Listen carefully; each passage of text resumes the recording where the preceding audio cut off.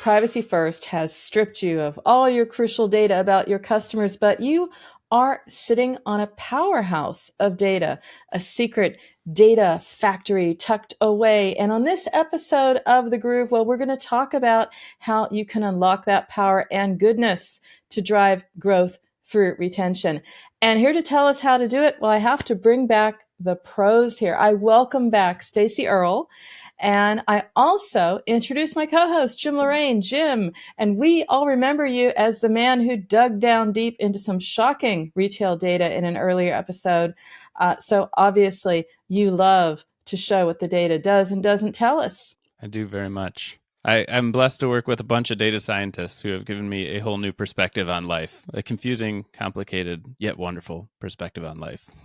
We are going to debate today's topic. As I said, our company sitting on a secret data factory. I have to say, Jim, I didn't get it on my own. I got the inspiration from talking with you. You came up with the idea of the secret data factory, a little bit Bondesque here. We'll start with you. Are they sitting on a secret data factory? Yes. And I just have to say, because I saw a Chris Walker post this morning, he was talking about a company who's spending $14 million on ads, and he gave them a quote of like $30,000 to set up some marketing automation to get data behind the ads. And they said, well, we can't afford that. So I think it's very, very telling. This is the thing. What our data has shown is about 95% of a business's customers are inactive, right? Like 2% are new, 5% are active, but the rest, 93, 95% are active. You have data on all of them though. So while companies are spending like millions of dollars to put all their attention into ads and all this logic, they are absolutely sitting on a gigantically underutilized data factory. Stacy, you are, for me, my go-to for CRM because you have more than 15 years of experience as a retention growth marketer. You've been here before because you were at a health monitoring app. Now you're the head of CRM and user retention in one person. I got to congratulate KashKick for doing that. Usually they're apart. No, they're together in you. And KashKick is an online rewards platform. So the same question to you. Do you feel a little bit like a character in a Bond movie working away, toiling in your data factory, or doesn't anyone realize it? I think I'm more like Billy Bean from Moneyball, right? And the CRM is the undervalued asset. So yeah, less Bond, more Billy Bean. Yeah, we are sitting on a gold mine, and I implore every company to take advantage of that gold mine that they're sitting on. I have to jump in there, though, and ask you both. I mean, it's kind of obvious that CRM should be the centerpiece. It's where all the customer data is, all the data about all the customers. Why does it sound so path-breaking to be talking about unlocking that? I was going to say, I actually kind of wanted to throw this to Stacy. I would love to get an idea. I think some people just don't know. I think the problem is CRM has been viewed as this, you just send messages. You're the person who sends the emails, right? That's how it started. You send the emails to the people and then you tell me how much they click. So I would love, Stacy, if you could give us some depth into like what kind of data is sitting there at your fingertips that most companies don't realize you have beyond, click-through rates. I would say I used to think of CRM as marketing. But we actually sit under data and analytics at KashKick. And I've got to say, it's really appropriate. It keeps us very central in the company. We work with customer service who might be trying to detect fraud or figure out, what browser a user was working with, when they experienced that problem. We can work with product, to say, here's what people are doing or here's what people are responding to. So we're kind of central in the whole thing. And then, of course, marketing, right? Whether that is, marketing to existing customers or helping shape, like, where do we want to go? So sometimes the customers you have aren't the customers you want. And so, yeah, working with all those. So I love being central in the company and being able to work with every department out there. I think this is already the biggest takeaway We got to top this one. We got to top that one. The biggest takeaway that I have so far is put your CRM under data. Like, I haven't heard that from anybody before, but I haven't seen it either. huge. Yeah. I have content writers who work for me, right, to help us with the content, because we are pushing out, those messages to our existing customers, but so we do have a content writer, and we have people who are specialists in that to help us create those ongoing user journeys and those campaigns. So I think you have to have a marketing mind, but I don't think you have to sit under marketing. And there's so much value for me in working with data analytics, because sometimes I need to ask a question and the data just isn't solely contained within my CRM. And so I have these wonderful counterparts. Cole was my partner in crime last week in getting some data out of the system. And so it means that I'm not limited to just what's in my CRM as well. We can go dive further into existing data coming out of product. So it's a great place to sit under data and analytics. Under data analytics and very, very close to product is what I'm hearing. And that's probably not the case, but that's probably what's evolving, because in addition to the day-to-day CRM, what I'm hearing is you're also managing the campaigns, maybe inputting to product. Yeah, so we are managing all the day-to-day campaigns and journeys going out. We're not doing the performance marketing component. That's kind of a different area. User acquisition is different. So we truly are user retention. I think most people think of the metrics, clicks. That's what gets everyone's attention, CTRs, things like that. What's an example of some real stuff that you provide to product or even to the performance marketing team that helps improve them based on the generated data that you have generated? We can take a look at not only just like customer demographics, right, but behavior of those customers. So one of the really interesting things we found, everybody wants to have a welcome campaign, right? And you should absolutely greet your customers on day one, if whether you do that 5 minutes after they become a new customer or 2 hours. And we were really puzzled by the data, because the data showed that we had really low open rates. And so we then went in and we said, well, let's look at the behavior of what they're doing. And our customers come in and they're busy trying things out. They're playing games, or they're checking out new offers that we have, and they're not looking at their email or even a push notification. So that taught us, like, what are our customers doing on day one? Our customers are diving right into the product. And so that's input that we can give to product and let product know, right, that this is the behavior of our new customers coming in. And so maybe day one isn't the right time for an onboarding type of campaign. Maybe you need to wait for the second visit, before you really, like kind of say, let us tell you the secrets about our product, right? And teach you a little bit more. So behavior, I think that's the key to a CRM, is not just demographics, but behavior. Just have to say, I wish a lot of people would think that through and do exactly that, because we've both been out there, all of the events, all the conferences, all the discussions, where you start engagement, you start re-engagement, you start thinking about retention. The minute someone downloads the app, you have to like win them back and overwhelm them and delight them and all of this. And you're telling me, well, you know what? If you're looking at the behavior, you might just be like annoying people with this big, happy welcome. They don't need to be welcomed. That needs to be something different. And that's a huge myth I think you're busting right here. So I applaud that. Well, I would ask the two of you, the last time you used a new app, did you actually read the welcome messages?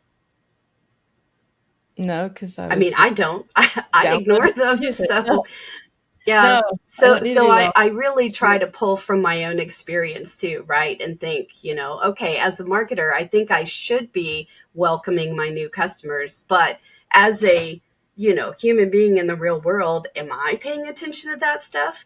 No. If my product's not intuitive enough for me to know what to do in the product, email campaigns are not going to help that. Yeah, it's a balance between I want that data and then also saying, well, the welcoming campaign, no, that's a fail. So how do you balance that? Because you do have to do that and you don't want to annoy or alienate in the process or just waste effort. That is so challenging, right? Because how long do you let campaigns run? You need them to run long enough to get meaningful data, but at the same time, you want to be experimenting to see, well, can I do this better? Would it work better if I run this 2 hours later, or does it work better switching up my messaging?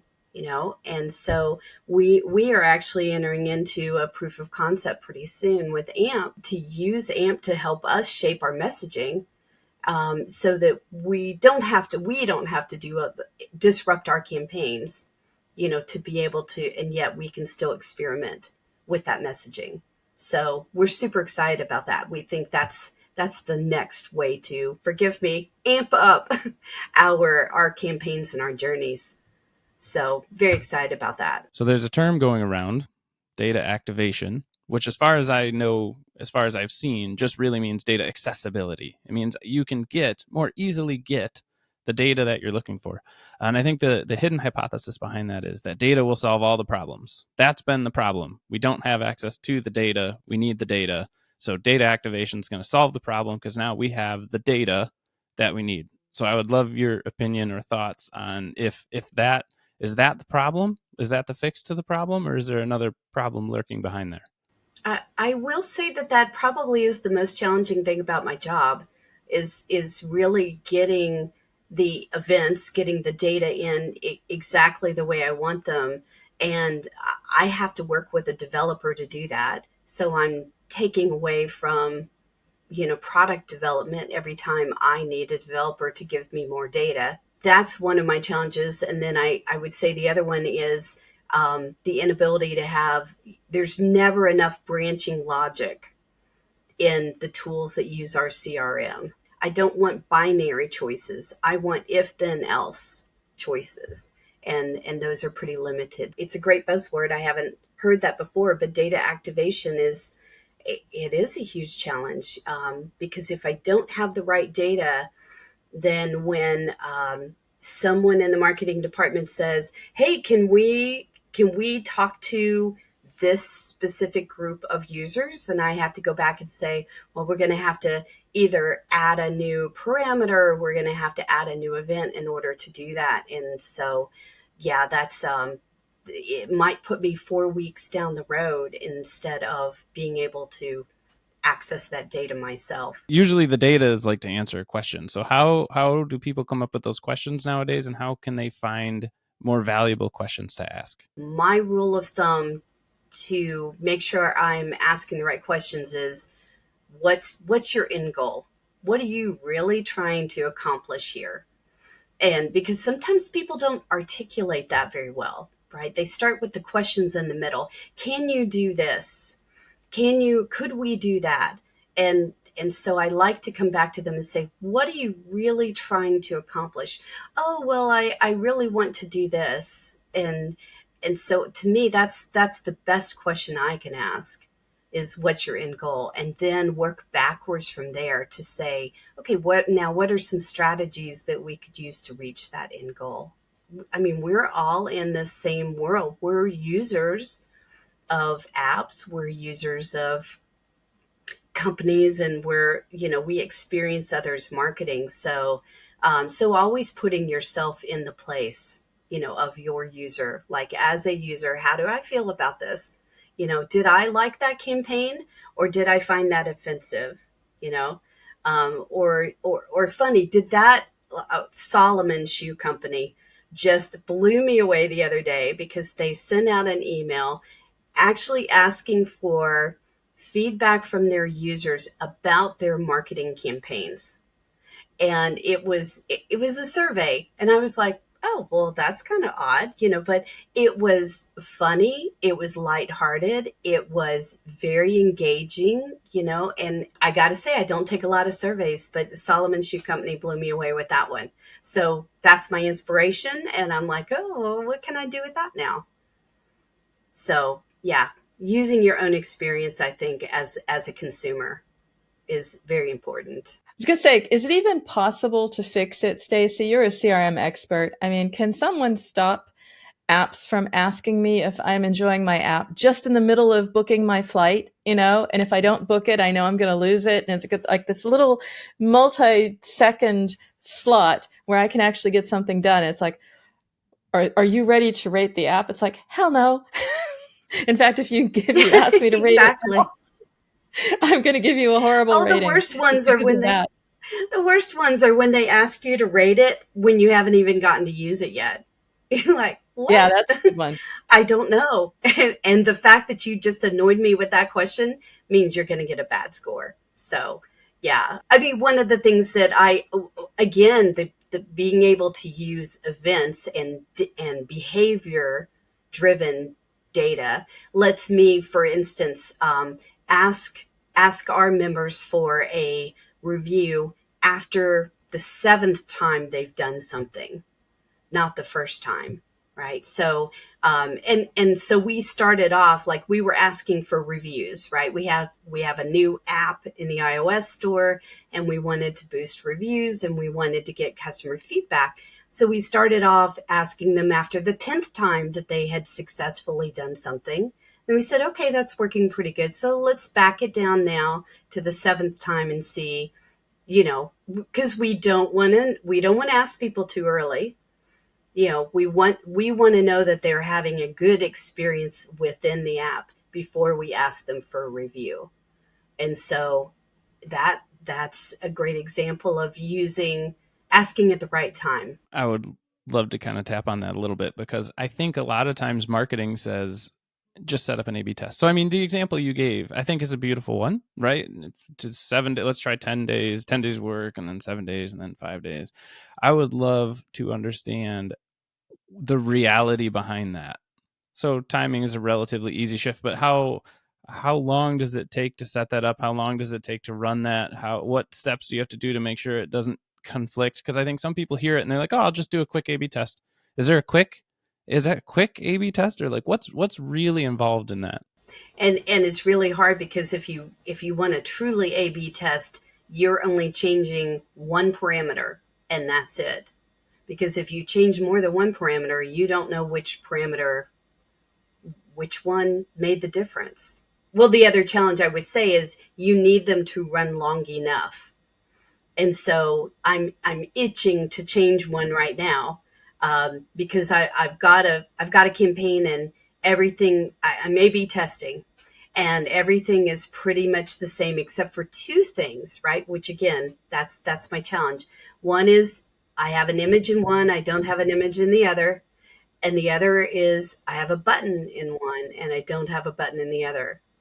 And it's the only change. And I can't figure out until I stop that campaign, is it the button or is it the image? And so, so the challenge of A/B testing is it has to be one single little thing that you're changing to really tell. And you have to let it run long enough. Yeah. And probably at some point, if your audience is too small, like, is the test even worth setting up and running? I am curious. One thing that never seems to get talked about with A/B testing is how long the results last. So we assume that once we find the answer to our A/B test, it lasts forever, and that's just the right answer until the end of time. So is there any method you've found or any practice that you put in place to kind of keep tabs on the results of your A/B tests to make sure that they're still valid? You have to be monitoring like shifts in the industry as a whole, right? And because people's expectations change. There was a time when welcome campaigns were new.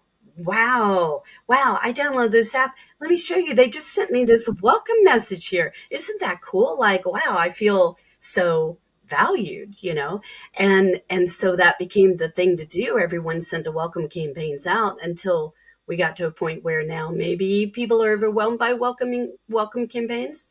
So I think looking at shifts in the industry and what's going on, what that might be the time to go back and A/B test again.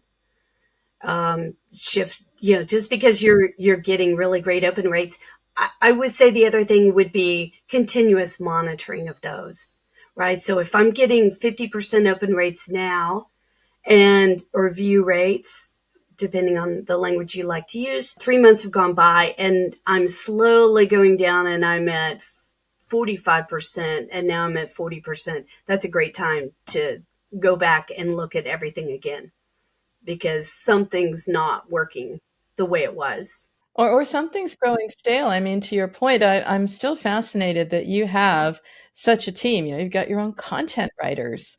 That is pretty interesting to me because it's just not the notifications, it's the narrative. And I'm curious where you get the muse, how this all comes together, because I know of no other. I don't know, Jim, you know a lot of people in CRM as well. I don't know them that they work at notifications and the narrative. No, I was thinking that it's usually brand. Usually brand covers the narrative, and then CRM just kind of has to figure out where to fit in. And what I've seen a lot operationally is CRM doesn't actually have room to spread their wings because they're being force fed. Like, we need to run this, this is on special this week, run this thing. So there isn't a lot of room for CRM to have independence to build their own unique things. The only thing I'll say really quick, because I think it's very interesting, from all of our data, we have found that you brought up the humorous campaign, with Samson Shoes. The narratives that do the best, the messages that do the best, the things that do the best resonate with the smallest group of people. So, and this is pretty much consistent across the board.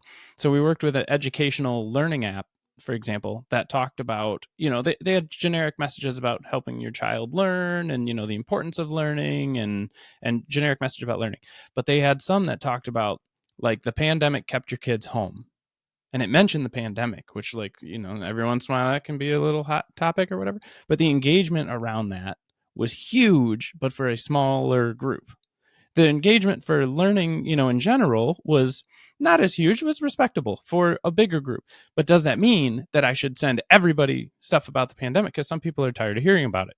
It happened. We're through it. That was always the challenge that I saw in the CRM side, is that if I send something really funny, like, some people love funny, some people hate funny.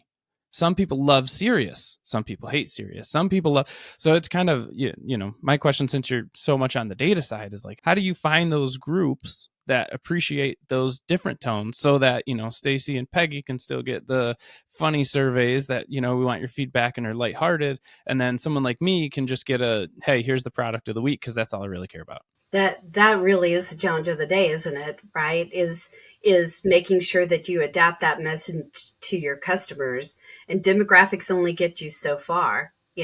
Okay, great, you have pets, but that really doesn't tell me what kind of message is going to appeal to you. So we had a whole discussion the other day because we were going to be doing some marketing using the kind of Karen meme, right? About someone who's very highly opinionated. And even within our organization, we were talking about, well, I find that really funny, but this person finds that really offensive. And, do you move forward with that or not? It's polarizing. It'll be really great to be able to adapt messaging specifically, to user taste, right? Like, what do you want? Do you want funny, or do you just want quick, down and dirty, give me the message and get out of my face? But it has to be somewhere in the data, because you're seeing everything. So you're seeing behavior. So you might not see it, but you would see very, very strong indicators of what kind of person I am. You'll see indications of my persona.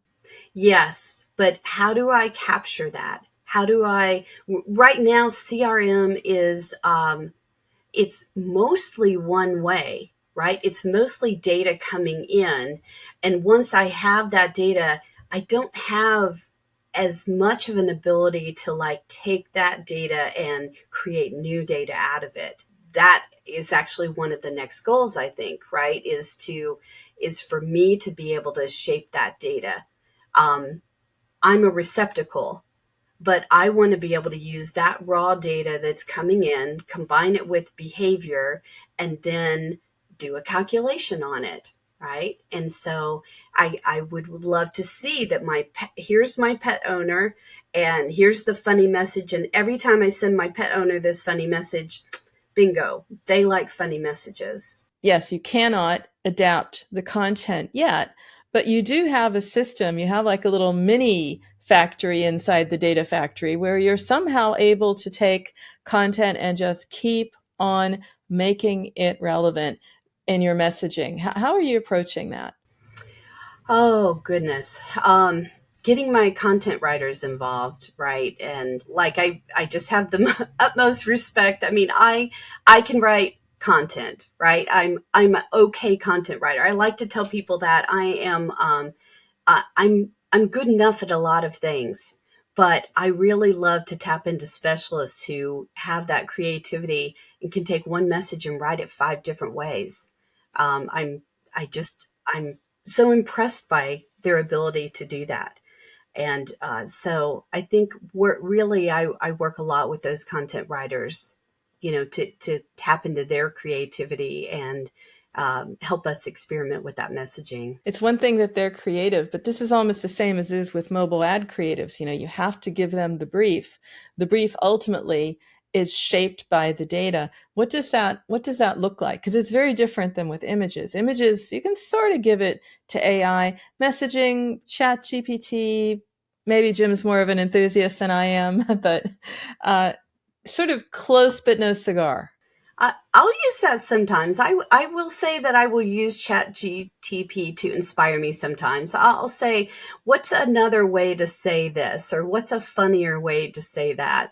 And yeah, I think it does help give me some ideas to then, that I never use verbatim, but it does give me some ideas that I can run with, to like, oh, that's an approach I hadn't thought about, or that's a word that I wouldn't have used. That's the challenge, is finding the right things to say to the right people at the right time. CRM and the data and the behavior is really critical for that. And I look forward to future innovations, right, of CRM. Obviously, we're not a huge company. We're not a Meta. I hope that we have more tools available to us that come out of those really big organizations. One of the biggest hacks, if you want to call it a hack, that I've found is not asking GPT not asking GPT to write the message for you, but literally I'll ask it, why would somebody use, and I would put in the app name. Like I directly put in whatever app name it is. If you're too small, put in your biggest competitor and then tell it, no pros, just give me 25 reasons. And it'll spit out 25 reasons why someone will use your app. So you can do it with Strava, you can do it with whoever. And what's enlightening is it doesn't just give you the things that you think about, which is, run training and timing. It'll bring up the community. It'll bring up all these other things, the pulse oximeter, the whatever, like it works with your watch and all this, which is really good for inspiration. The quick thing I'll say from our data that I found is that we did a whole study on this and found that message timing actually works better than content and is more effective than content. So you brought up dog owners, which made me think of this. We don't have a dog, but if you message my wife at the right time, at night when she's unwinding, ready to go to bed, sitting on the couch, and you send her, Wayfair sends her something about dog toys, that might trigger in her mind that, we don't have a dog, but I'm interested in, we do need clothes for the baby or something, and they'll click in. So if it gives you any peace around content or any anxiety around timing, I don't know, it's going to do one of the two. But we've found that actually timing is much more crucial than what's even in the message sometimes, which is pretty big finding. Yeah, I am experimenting with some timing right now too. So yeah, totally. Like, is 1 o'clock in the afternoon, the coffee break time, the best? Or is 5 o'clock in the evening as everybody's getting home and unwinding? And how does it change with back to school season and, sports Yes. seasons and all these other summer versus winter versus fall versus spring versus, it's a Pandora's box, but it's a kind of fun one to crack. So that's the fun side of your job. That's the experimental side. And I know you, Stacy, you love to tinker and to do stuff, but you also have, as Jim has called it, your unique pain as a CRM manager. What would you say is the most challenging thing about your job that you would want someone somewhere to fix? And who might that someone have to be? Oh, getting data without a developer for sure, so that I don't have to go into the queue. So being able to just wave a magic wand, right, and be able to get new data in a different, or get data in a different way. I would say, wow, branching logic, right? Like, if this, send this message, you know, then that, else do it this way instead, right? Because I don't want to have to run 500 campaigns. So I don't want to have to run a campaign that says, okay, Stacy is a dog owner who likes funny marketing, so therefore send her this message, versus Peggy who doesn't have a pet, and wants it serious and quick and to the point. That those are two different campaigns. I want an if then else, right? That says, if Stacy likes humor, if this person likes humor, send her this message. And if she opens it, then send her that message. Else, and I want really complex branching logic. And, I haven't seen that exists.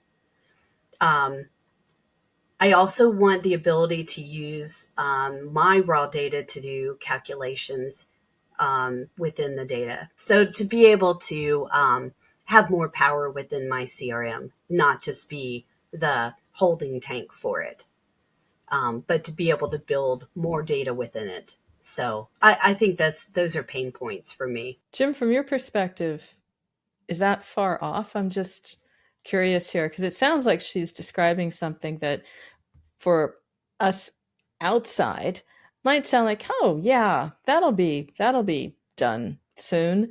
But maybe it's more challenging than we're thinking here. I think the struggle is that logic isn't hard. A genie grants you a wish and then you get it granted and you're like, this is not what I expected at all. And it's kind of like, I'm sure there's probably 1,000 movie references that I could drop, but none of them are coming to me right now. But I think we want the logic, and I get it. Like, I absolutely get it. But then what if we were given that logic? I could tell that Peggy is a dog owner who likes humor, and Stacy is a dog owner who doesn't like humor, but only on Tuesday afternoons and when it's a sunny day. Unless it's a rainy day, and then I should send it, and then before long, it's really overwhelming. So sometimes I wonder if the tooling is almost maybe preserving our sanity more than we give it credit. But I think that's one of what we want is the ability to just reach the right person in a way that resonates with them, and to continue to deliver. And if it's funny messages, but then they have a tragedy in their family and funny isn't right, we want to be able to pivot on a dime and stop delivering the funny, or give them a break if they need a break, instead of I just send 4 messages a day or something like that.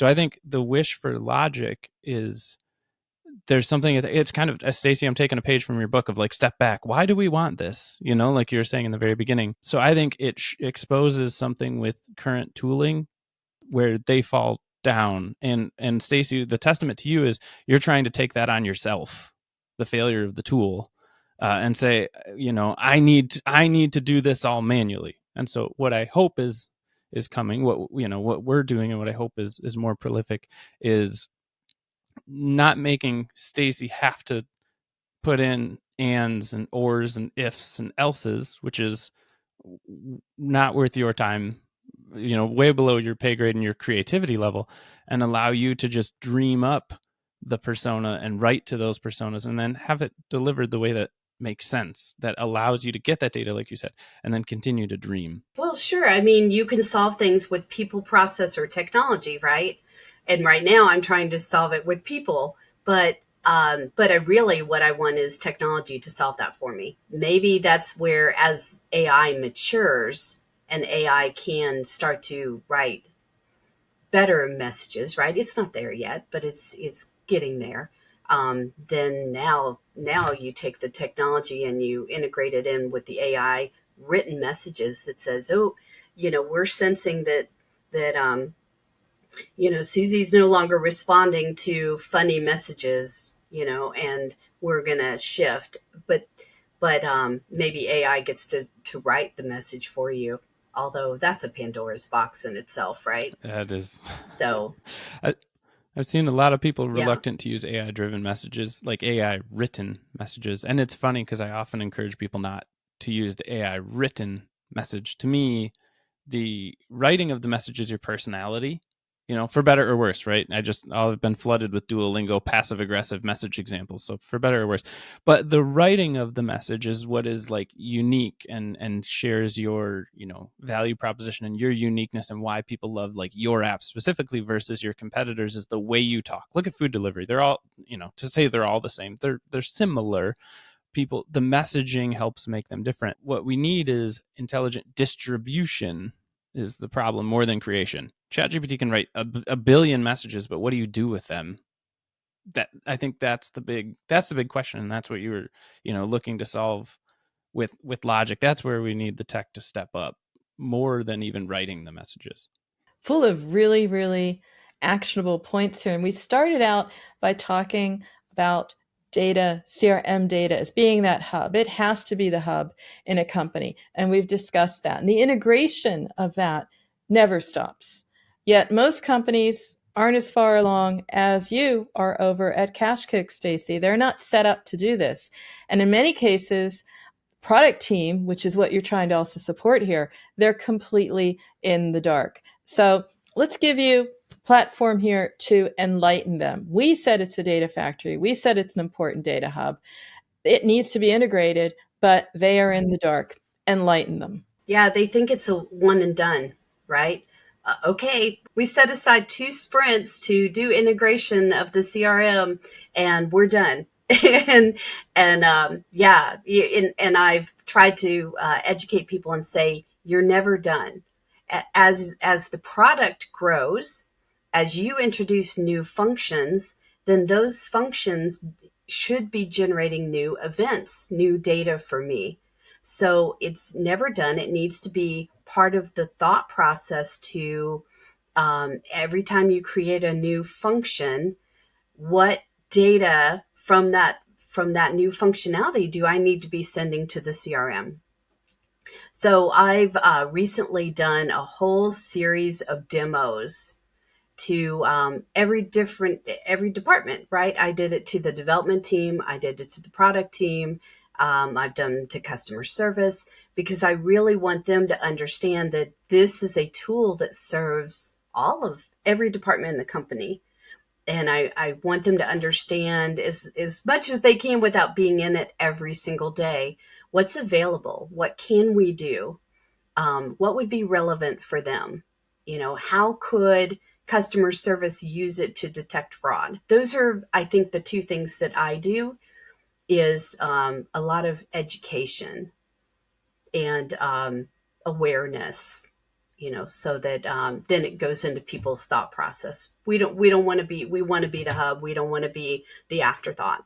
That's smart. That's smart and so proactive to do the road show. That's brilliant. So I'm going to wrap it up with some rapid fire. And Jim, why don't you come in here and we split them up between us? And you have to give short answers to the point. Get in touch with your inner grit. Okay. A rule of thumb to ask the right questions. What's the end goal? That's it. What's the end goal? And what's the most brutal advice you've ever had to give or take? Perfect is the enemy of done. That's a good lesson. I can empathize with that one. You touched upon this, but let's just get it right at the core here. What doesn't CRM do, or let you do rather, that you're determined to do, even if you have to duct tape it together yourself? I really want the ability to, create data from my data without developers, right? Without that cost, to be able to just do that ourselves. And what is the biggest misconception about CRM? I think the biggest misconception is that we're just for marketing, that we're just a marketing tool, and But I think that the CRM really has the power to shape product, to solve customer service issues, to generate revenue. So yeah, we're not just a marketing tool. Your uncensored message to anyone in the industry, anyone anywhere. You can give them praise, you can vent. It is literally all yours and no limits, Stacy. What would you say? I will always, I think, have to give a shout out to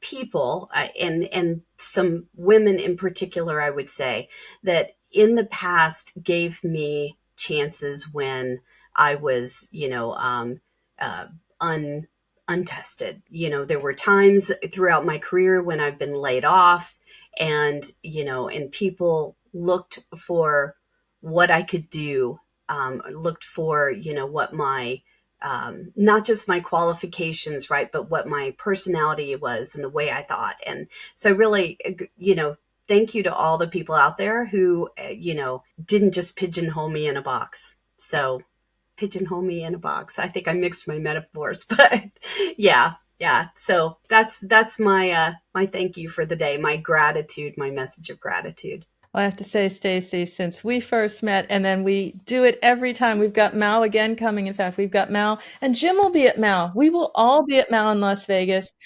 You, I am looking forward to it and hanging out with you, because I have to say, Stacy, you are someone that no one can pigeonhole. You really do define the boundaries, and it's such a pleasure to have you back, and I mean that. And Jim, you are the man on, yeah, you're the man on the barracks almost. You're fighting your battle to bring clarity to this, to help us understand data. I applaud you, and I'm looking forward to another episode with you again. Jim and Stacy, have a great one. Thank you both so much. Thank you. Thank you.